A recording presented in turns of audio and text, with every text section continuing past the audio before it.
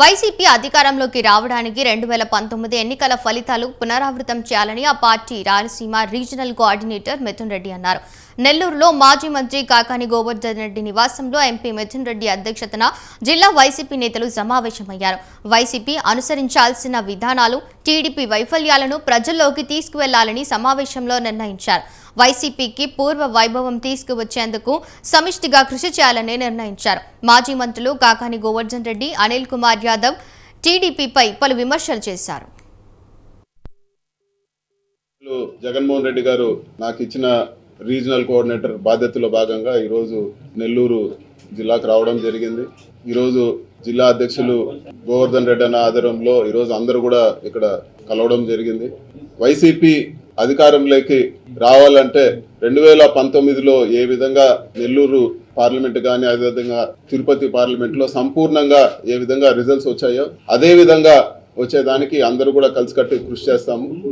మొట్టమొదట బాధ్యతగా జిల్లాలో క్యాడర్ కు ఎక్కడ ఏ సమస్య వచ్చినా కూడా అందరూ కూడా కలిసికట్టుగా ఆ సమస్యలన్నీ కూడా పరిష్కరించేదానికి కృషి చేస్తామని చెప్పి కూడా నేను తెలియజేస్తా ఉన్నాను. అదే విధంగా ఈ మధ్యలో పెట్టిన తప్పుడు కేసులు కానీ అదే విధంగా సోషల్ మీడియాలో పెట్టిన కేసులు కానీ ఏ సమస్య వచ్చినా కూడా ఎక్కడ ఏ సమస్య వచ్చినా కూడా లేదా ప్రజలకు ఏ విధమైన సమస్యలు వచ్చినా కూడా జిల్లా వైసీపీ నాయకత్వం అందరూ కూడా కలిసికట్టుగా ఆ సమస్యలు పరిష్కరించేదానికి కృషి చేస్తాము.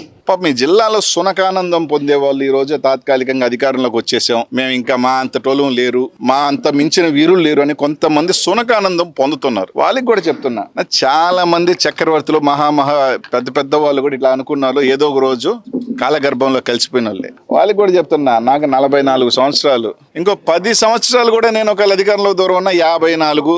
ఆ రోజు ఒక్కరోజు వచ్చిన పాపం నన్ను వేయాలనుకున్న వాళ్ళందరూ ఇప్పటికే 60, రేపు 70 ఏళ్ళకి వాళ్ళు జైలుకి పోతే బాగోదేమో. నేను 44కో 45కైనా కుర్రోడుగానే ఉన్నా, ఇంకా జైలుకి పోయినా ఫిట్ గానే ఉన్నాయి, ఇబ్బందిలే, మైండ్ మనసు స్ట్రాంగ్ గా ఉంది.